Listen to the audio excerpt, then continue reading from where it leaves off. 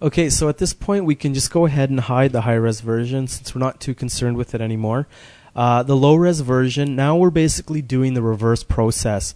We're going to go from RGB space to displacement world, whereas earlier we went from displacement kind of world to RGB world. So first thing we want to do is just get our texture, and let's select the render map here. And we want to, again, get a change range node so we can go from that RGB space to the displacement.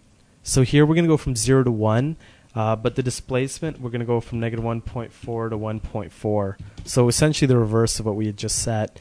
And again, I mean, here you can go and adjust things. So if you want to actually push the model out some more for the positive displacement, you can increase the positive range end.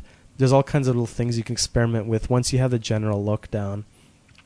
So let's connect that to displacement and see what that gives us.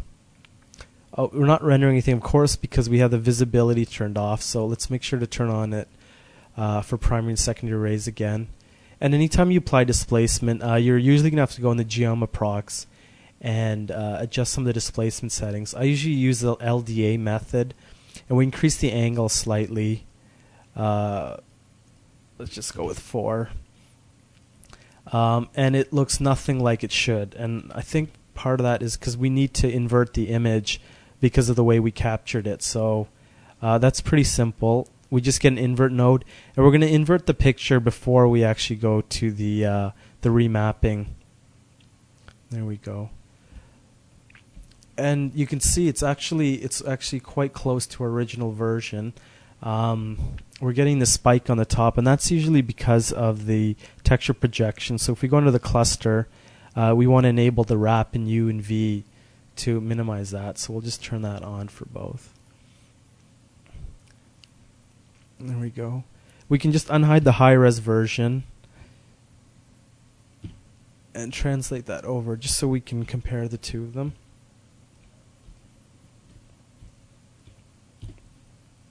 And we don't need the old render tree anymore, so let's just reconnect the Phong up to it. In there.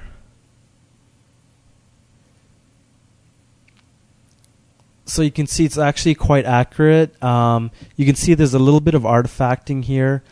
Usually playing with the Geoma procs, you can go in and minimize that effect.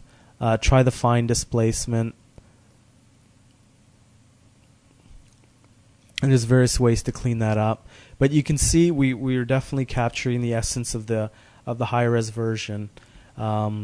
So that's the general workflow for using render map to capture high-res detail.